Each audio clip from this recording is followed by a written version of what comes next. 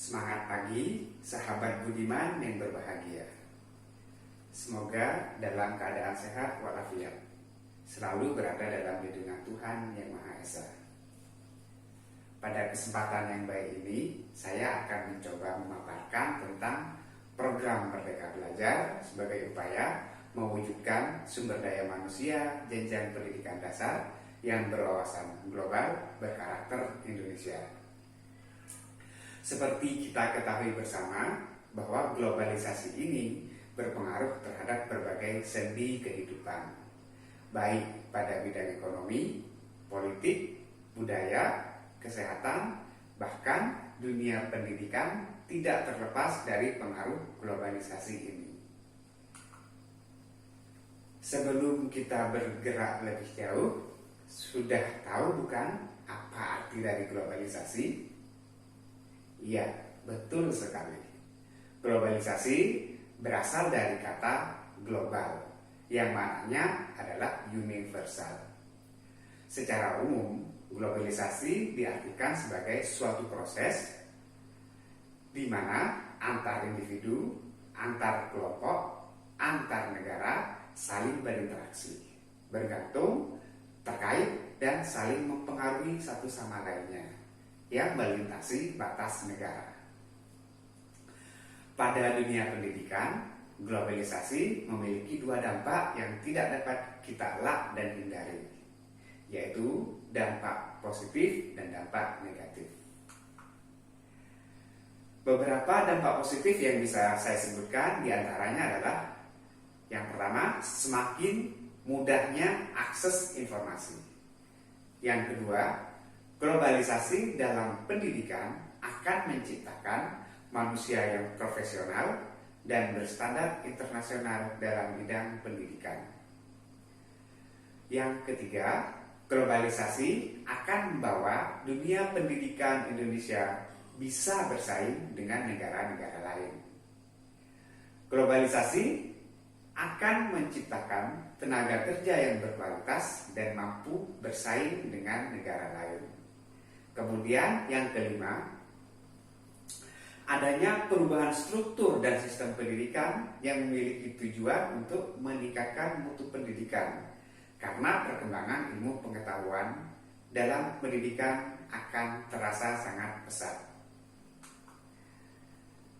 Seperti yang sudah disebutkan di atas, selain ada dampak positif, juga pasti akan ada dampak negatif. Beberapa dampak negatif yang bisa kita temukan diantaranya adalah: yang pertama, dunia pendidikan Indonesia bisa dikuasai oleh para pemilik modal, sehingga mereka bisa menanamkan kepentingan-kepentingannya pada negara kita. Kemudian yang kedua, dunia pendidikan akan sangat tergantung pada teknologi yang berdampak pada munculnya tradisi serba instan yang terjadi seperti sekarang ini. Kemudian dampak yang ketiga, globalisasi akan melahirkan golongan-golongan di dalam dunia pendidikan itu sendiri. Kemudian yang keempat, dengan adanya globalisasi ini akan membawa dampak negatif semakin terkikisnya budaya akibat masuknya budaya dari luar, seperti budaya Korea yang sedang membudaya sekarang ini. Yang kelima, dampak negatifnya adalah globalisasi akan mengakibatkan melonggarnya kekuatan kontrol pendidikan oleh negara. Nah, dalam menghadapi globalisasi tersebut diperlukan manusia Indonesia yang memiliki kompetensi abad 21 dengan tanpa meninggalkan budaya dan nilai luhur budaya bangsa yang sudah terkristalisasi dalam Pancasila. Nah, kemudian muncul pertanyaan, seperti apa sih SDM abad 21 itu? Nah, terdapat 4 kompetensi utama yang menjadi acuan di abad 21 ini, yang dikenal dengan kompetensi 4C. Yang pertama, yaitu keterampilan berpikir kritis atau critical thinking skill. Kemudian keterampilan dalam berpikir kreatif atau atau disebut creative thinking skill, kemudian keterampilan komunikasi atau yang disebut communication skill, dan yang terakhir adalah keterampilan untuk berkolaborasi atau collaboration skill. Yang pertama, keterampilan berpikir kritis adalah keterampilan yang merupakan keterampilan fundamental yang dibutuhkan untuk memecahkan suatu masalah. Keterampilan ini penting dimiliki oleh siswa dalam menemukan sumber masalah dan bagaimana mencari dan menemukan solusi yang tepat atas masalah yang dihadapinya.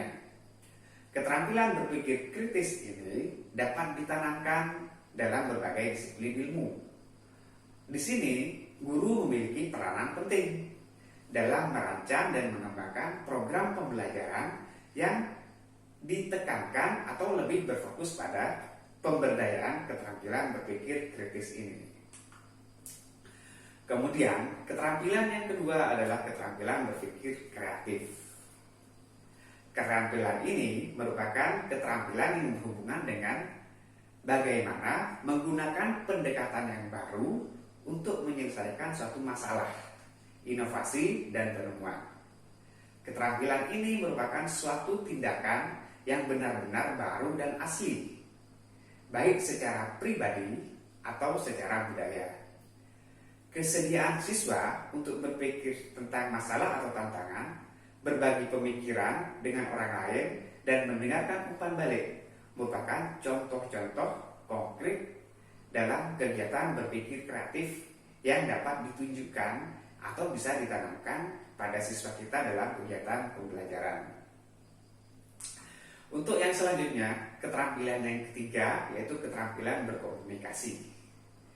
Keterampilan ini merupakan keterampilan yang berguna untuk bisa mengungkapkan pemikiran, gagasan, dan pengetahuan ataupun informasi baru yang dimiliki baik secara tertulis maupun lisan. Keterampilan ini merupakan keterampilan yang mencakup keterampilan mendengarkan, menulis, dan berbicara di depan umum. Kemudian keterampilan yang keempat adalah keterampilan berkolaborasi. Keterampilan ini merupakan keterampilan untuk mampu bekerja sama secara efektif dan menunjukkan rasa hormat pada tim yang beragam, melatih kelancaran dan kemauan dalam membuat keputusan yang diperlukan untuk mencapai tujuan bersama. Keterampilan bekerja sama dalam kelompok serta keterampilan dalam pengambilan keputusan. Kemudian, sebagai bangsa Indonesia, selain harus memiliki kompetensi-kompetensi tersebut, juga harus mampu mencerminkan perilaku sesuai dengan nilai-nilai Pancasila yang sekarang digaungkan dengan 6 profil pelajar Pancasila, di mana nilai-nilai tersebut yang pertama adalah beriman dan bertakwa kepada Tuhan Yang Maha Esa dan berakhlak mulia. Yang kedua, berkebinekaan global. Kemudian yang ketiga, gotong royong. Yang keempat, mandiri. Kelima, bernalar kritis. Dan yang keenam adalah kreatif. Secara singkat bisa saya jabarkan bahwa profil yang pertama adalah beriman dan bertakwa kepada Tuhan Yang Maha Esa dan berakhlak mulia. Dalam penjabarannya, menghendaki para pelajar Indonesia adalah pelajar yang berakhlak mulia. Ia memahami ajaran agama dan kepercayaannya serta mampu menerapkan pemahamannya dalam kehidupan sehari-hari. Kemudian, profil yang kedua adalah berkebinekaan global. Dalam penjabarannya, profil ini menghendaki pelajar Indonesia untuk mampu mempertahankan budaya luhur, lokalitas, dan identitasnya. Kemudian tetap berpikir terbuka dalam berinteraksi dengan budaya lain, sehingga mampu menumbuhkan rasa saling menghargai dan kemungkinan terbentuknya budaya baru yang positif dan tidak bertentangan dengan budaya luhur bangsa kita. Pada profil yang ketiga, yaitu gotong royong, dalam penjabarannya menghendaki agar pelajar Indonesia memiliki kemampuan untuk bergotong royong, yaitu kemampuan untuk melakukan kegiatan secara bersama-sama dan sukarela agar kegiatan yang dikerjakan dapat berjalan lancar, mudah, dan ringan. Menginjak pada profil yang keempat, yaitu mandiri. Profil ini menghendaki agar pelajar Indonesia menjadi manusia yang mandiri, yaitu pelajar yang bertanggung jawab atas proses dan hasil belajarnya. Untuk profil yang kelima, bernalar kritis. Ini menyambung dengan profil yang di atas tadi, yaitu menghendaki agar pelajar Indonesia mampu secara objektif memproses informasi, baik kualitatif maupun kuantitatif, sehingga mampu membangun keterkaitan antara berbagai informasi, menganalisis dan menyimpulkan informasi tersebut. Kemudian untuk profil yang keenam, yaitu kreatif. Di sini menghendaki agar para pelajar Indonesia selalu mampu memodifikasi dan menghasilkan sesuatu yang orisinil, bermakna, bermanfaat, dan berdampak bagi kehidupannya secara langsung. Nah, untuk mencapai hal tersebut, berbagai jenis upaya sudah dilakukan oleh pemerintah untuk meningkatkan SDM, dimulai dari pengalokasian dana APBD sebesar 20% untuk pendidikan, melakukan program sertifikasi guru, perbaikan kualifikasi guru sesuai dengan bidang yang diampunya, kemudian meningkatkan sarana dan prasarana sekolah, peningkatan manajemen sekolah dan proses belajar mengajar. Selain itu, juga sekarang ini pemerintah Indonesia sedang memberikan perhatian yang besar pada pendidikan vokasi untuk menghadapi revolusi industri 4.0. Kemudian, untuk menyiapkan generasi emas tersebut, pendidikan tetaplah menjadi jalan utama. Dalam hal ini, pendidikan untuk semua menjadi pekerjaan yang perlu dituntaskan. Bukan sekedar pemerataan, tetapi juga peningkatan kualitas. Kemendikbud melalui Menteri Nadiem Anwar Makarim meluncurkan suatu program yang disebut Program Merdeka Belajar. Program ini ditujukan untuk menciptakan SDM yang berkualitas, yaitu SDM yang mampu berpikir global dengan tetap berkarakter lokal. Merdeka Belajar ini menjadi salah satu program inisiatif yang ingin menciptakan pelajar Pancasila. Tujuan utamanya adalah menciptakan pembelajaran yang menyenangkan. Menyenangkan bagi siswa, bagi guru, bagi orang tua, dan menyenangkan bagi semua. Merdeka Belajar berangkat dari keinginan agar output atau hasil pendidikan mampu menghasilkan kualitas yang lebih baik dan tidak lagi menghasilkan siswa yang hanya jago menghafal saja, namun juga memiliki kemampuan analisa yang tajam, penalaran, serta pemahaman yang komprehensif dalam belajar untuk mengembangkan dirinya.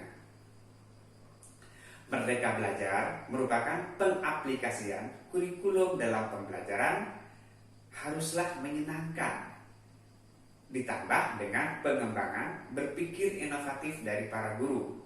Merdeka Belajar inilah yang merupakan proses pembelajaran secara alami untuk menciptakan siswa yang merdeka.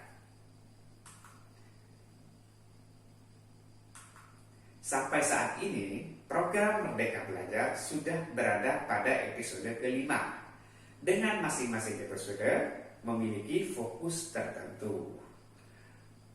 Pada Merdeka Belajar episode 1, berfokus pada USBN, UN, RPP, dan sistem zonasi PPDB.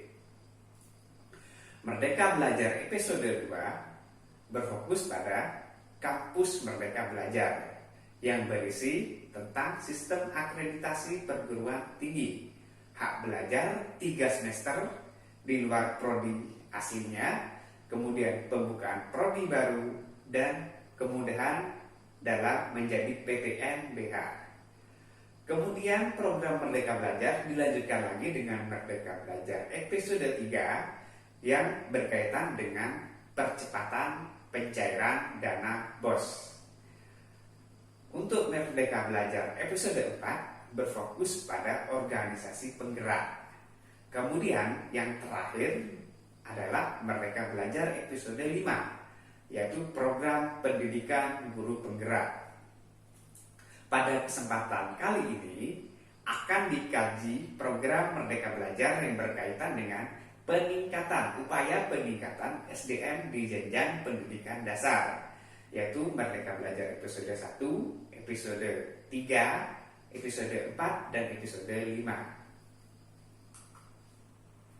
Kita bahas dulu untuk Merdeka Belajar episode 1. Fokus pertamanya adalah tentang USBN. Sesuai dengan Permendikbud nomor 43 tahun 2019 mengatakan bahwa untuk kelulusan peserta didik ditetapkan oleh satuan pendidikan atau program pendidikan yang bersangkutan. Berdasarkan hal tersebut, maka nantinya ujian dilakukan untuk menilai kompetensi siswa, di mana ujian dalam bentuk tes tulis dan bentuk penilaian lainnya yang lebih komprehensif. Hal ini dilakukan misalkan dengan menerapkan portofolio dan penugasan. Dengan begitu, maka di sini gurunya merdeka dalam menilai hasil belajar murid, tidak terpaku pada UN saja. Dengan hal tersebut, maka diharapkan anggaran USBN bisa dialihkan untuk kegiatan yang lain. Misalnya untuk mengembangkan kapasitas guru dan sekolah untuk meningkatkan kualitas pembelajaran. Masih pada Merdeka Belajar episode 1, fokusnya adalah tentang UN, yang merupakan kegiatan pengukuran capaian kompetensi lulusan pada mata pelajaran tertentu secara nasional. Nah, di tahun 2020 ini, sebagaimana disampaikan oleh Menteri Pendidikan, adalah UN terakhir kalinya. Kemudian tahun 2021 UN akan digantikan dengan istilah baru yang disebut asesmen kompetensi minimum dan survei karakter. Asesmen ini dimaksudkan untuk mengukur kemampuan peserta didik untuk bernalar menggunakan matematika atau numerasi dan penguatan karakter. AKM dan survei karakter ini dimaksudkan supaya setiap sekolah bisa merdeka dalam menentukan model belajar yang sesuai dan cocok dengan kondisi masing-masing siswa, masing-masing daerah, masing-masing budaya yang berbeda-beda. Asesmen di sini tidak sekaku pada UN yang sudah diberlakukan sebelumnya, jadi bisa disesuaikan dengan kondisi sekolah. Masih pada Merdeka Belajar Jilid 1, yaitu pada penyusunan RPP. Mendikbud mengeluarkan edaran, yaitu edaran nomor 14 tahun 2019 tentang penyederhanaan RPP.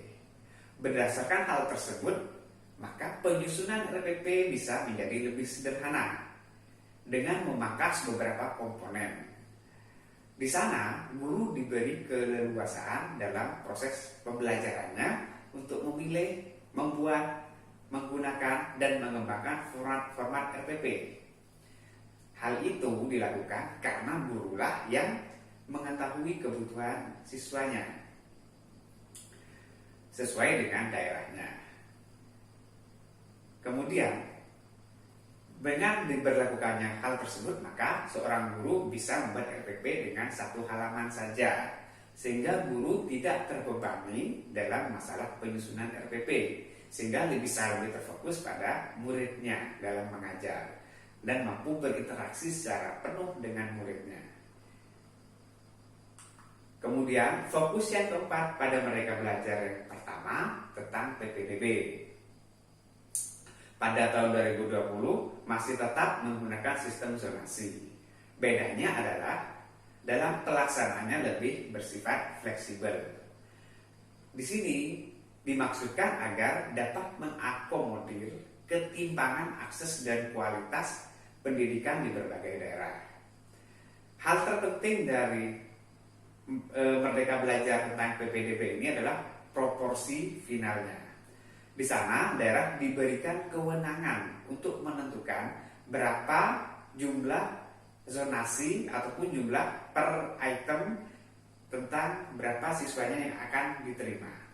Secara umum, sistem zonasi dalam PPDB itu sudah sangat baik sehingga dapat mengakomodir dan menghilangkan diskriminasi dalam anggota masyarakat untuk bersekolah di sekolah-sekolah terbaik. Kemudian, untuk Merdeka Belajar selanjutnya yang dibahas adalah Merdeka Belajar episode 3. Episode 3 ini berfokus pada mekanisme penyaluran dana BOS. Seperti kita ketahui, dana BOS itu digunakan untuk mendukung pencapaian pelaksanaan dasar bidang pendidikan, yaitu pencapaian standar pelayanan minimum di bidang pembiayaan.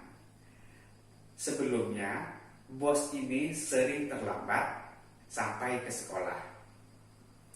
Bahkan bisa sampai berbulan-bulan, sehingga para kepala sekolah terpaksa menalangi biaya operasional sekolah pada awal tahun. Keterlambatan penyaluran dana BOS tentu akan mengakibatkan proses pembelajaran menjadi terganggu. Kemudian pada tahun lalu juga dana BOS masih dibatasi. Untuk guru honor maksimal hanya 15%, kemudian untuk sekolah swasta adalah 30%. Sehingga di sana kepala sekolah tidak mempunyai ruang yang cukup untuk dapat meningkatkan penghasilan guru-guru honor di sekolahnya. Sehingga berakibat banyak guru honor yang mengabdi tanpa memperoleh penghasilan yang layak. Nah, ini terobosan baru yang diciptakan oleh Pak Menteri, yaitu mengubah beberapa kebijakan tentang dana BOS. Salah satunya adalah tentang mekanisme penyalurannya, besaran harganya, penggunaannya, dan pelaporannya. Kemudian, terdapat juga peningkatan fleksibilitas dan otonomi dalam penggunaan dana BOS, disesuaikan dengan kebutuhan sekolah, terutama dalam peningkatan kesejahteraan guru-guru honorer, sehingga kepala sekolah lebih mampu untuk membantu meningkatkan kesejahteraan para guru honor. Untuk pelaporannya sekarang juga lebih transparan, dilakukan secara daring melalui laman Kemendikbud. Tujuannya adalah untuk meningkatkan akuntabilitas penggunaan dana BOS. Menginjak pada Merdeka Belajar episode 4, fokusnya adalah pada organisasi penggerak. Program organisasi penggerak adalah suatu program pemberdayaan masyarakat yang melibatkan organisasi secara masif melalui dukungan pemerintah untuk peningkatan kualitas guru dan kepala sekolah berdasarkan model-model yang sudah terbukti efektif dalam meningkatkan kualitas proses dan hasil belajar siswa. Tujuan utama dari program ini adalah meningkatkan kemampuan profesional para pendidik dalam peningkatan proses dan hasil belajar siswa. Pada program ini, pemerintah melibatkan organisasi-organisasi penggerak untuk berkolaborasi dengan sekolah sehingga dapat menciptakan SDM yang memiliki keterampilan abad 21. Dengan adanya program organisasi penggerak ini, maka akan meningkatkan kompetensi guru dalam proses pembelajaran. Kemudian yang terakhir adalah Merdeka Belajar episode 5, yaitu guru penggerak. Program guru penggerak memiliki tujuan utama untuk menyiapkan pemimpin pemimpin masa depan pendidikan Indonesia yang mampu mendorong tumbuh kembang murid secara holistik, aktif, dan proaktif dalam mengembangkan guru di sekitarnya untuk mengimplementasikan pembelajaran yang berpusat pada murid serta menjadi teladan dan agen perubahan atau transformasi ekosistem di daerahnya sehingga mampu menciptakan profil pelajar Pancasila. Untuk mendukung tercapainya tujuan tersebut, program pendidikan guru penggerak ini dijalankan dengan menekankan pada kompetensi kepemimpinan pembelajaran yang mencakup komunitas praktek, pembelajaran sosial dan emosional, pembelajaran berdiferensiasi yang sesuai dengan perkembangan murid dan kompetensi lain dalam pengembangan diri dan sekolah. Program pendidikan ini dijalankan selama 9 bulan yang terdiri dari kelas pelatihan daring, lokakarya, dan pendampingan. Dalam proses pendidikannya lebih mengedepankan pada coaching dan on the job training, yang artinya selama belajar guru tetap menjalankan perannya di sekolah sekaligus langsung menerapkan pengetahuan yang sudah didapatnya di ruang pelatihan ke dalam pembelajaran di kelas. Dengan demikian, kepala sekolah dan pengawas menjadi mitra seorang calon guru penggerak dalam mempersiapkan diri menjadi pemimpin. Di dalam proses pelaksanaannya, calon guru penggerak ini akan sering diajak untuk merefleksikan praktik pembelajaran yang sudah dijalankan melalui diskusi-diskusi kelompok kecil dan berkolaborasi menyusun sebuah program di komunitas sekolahnya atau di sekitarnya.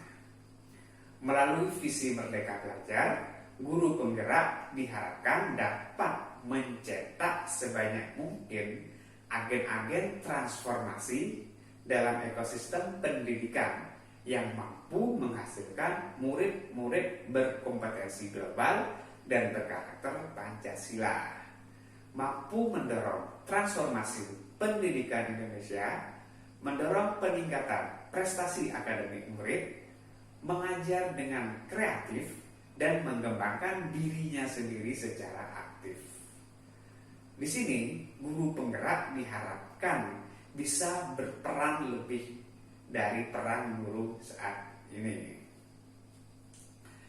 Demikian pemaparan saya tentang program pemerintah terkait Merdeka Belajar.